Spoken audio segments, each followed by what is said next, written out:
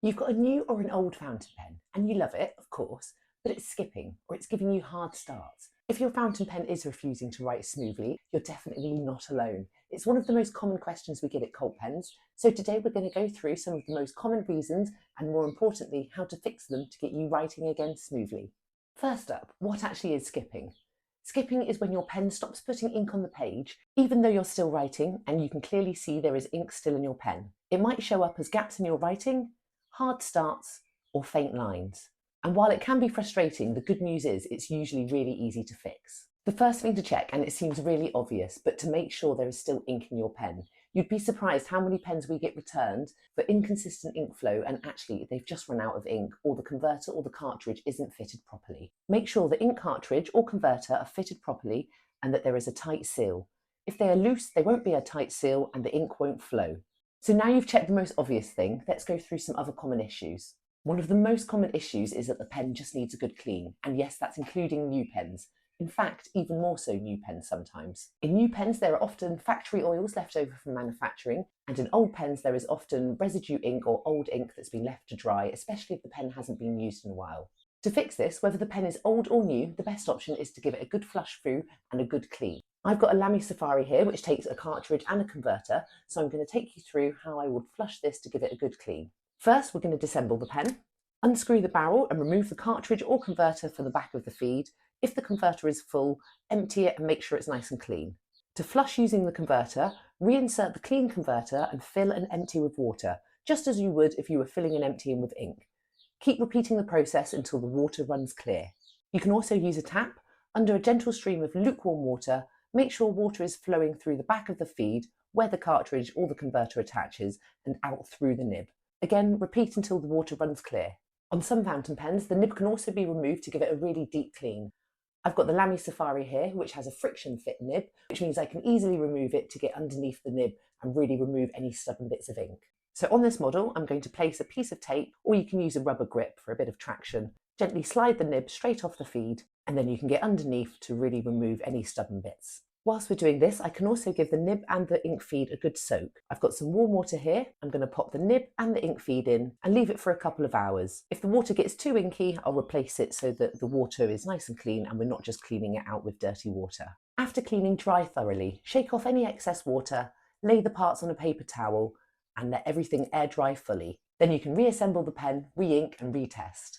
The ink flow should now be nice and consistent after this simple cleaning process. Hopefully this has stopped your skipping and hard starts, but if not, let's have a look at some more issues. Next up, pressure and writing angle. Fountain pens don't like too much pressure and they definitely don't like being held at the wrong angle. On fountain pens, there are two tines. Both tines need to be touching the paper at the same time for the ink to flow between them. Make sure you write with a light touch. If you press too hard, the nib will drag into the page and the nib can become blocked with paper fibres. Keep the nib angled correctly to the page. Both tines need to be touching the page for the ink to flow smoothly between them. If only one side is touching the paper, the ink won't flow properly. Let the pen do the work. We'll talk a little bit more about nibs and how that can affect the ink flow later on in the video, but next up we're going to go on to ink. Not all inks behave the same. Some inks are drier, meaning they don't flow as easily. This can cause skipping. To try and fix this, try a wetter ink. Stick to trusted fountain pen brands only that are fountain pen friendly. Don't use pigment inks, drawing inks, or inks that are designed for brushes or dip pens. And avoid mixing inks unless you know they're compatible. Speaking of inks, sometimes the airflow inside the converter or the cartridge can affect the ink flow. When filling a pen with a converter, make sure the nib is fully submerged in your bottle of ink. If the nib isn't submerged, you'll be sucking up air as well as ink. That will get into your converter and that will affect your ink flow. To fix this, when you're filling up your converter, gently twist the converter to push out a tiny bit of ink through the nib. Just 1 or 2 drops is enough. And make sure the cartridges or the converter are sealed properly.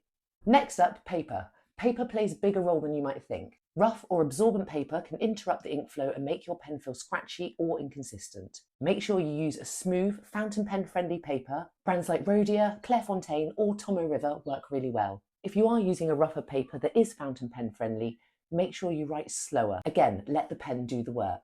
If the paper you're using is causing feathering or bleeding, it is most likely the paper that's causing the problem and not the fountain pen or the ink. Make sure you use a high quality paper, usually 90 GSM, which is about £140. Anything around this mark or higher will usually work really well. A lot of the fun of using fountain pens is having a play with everything, the ink, the paper, the pens, having a play and seeing what works really well for you. Another really common cause of skipping or hard starts, general inconsistent ink flow, can be the nib itself. Even if the pen or the nib looks fine to the naked eye, there can be very small differences or misalignments which will affect the ink flow. Even a tiny difference will make a big difference. Sometimes the tines, those two little halves of the nib, aren't sitting evenly together. One tine might be slightly higher than the other, or they could be spread too far apart, which is called splaying. In other cases, the nib might actually be over-polished. This sounds like a good thing, but if the tipping has been polished too smoothly, the nib can struggle to grip the paper enough to draw ink down properly. What you can do is check the nib under good lighting. If you've got a magnifier or a loupe, make sure you're using that. What you're looking for are even tines, an even tine height, and a gap that's not too tight or too wide. You're also looking for any visible bending or spreading. If you know what you're doing, a very gentle adjustment can sometimes improve the problem. Fountain pen nibs are really delicate and it's surprisingly easy to make the problem worse. So if you're not sure, put it down and send it off to someone that knows what they're doing, especially if the pen is a higher value pen or really sentimental to you. We'll pop some links down below for some professionals who can help with nib tuning and alignment. So if your fountain pen is skipping, don't panic, you're not alone. It's usually one of these issues. Clean the pen, check the paper, check the ink, and check the nib.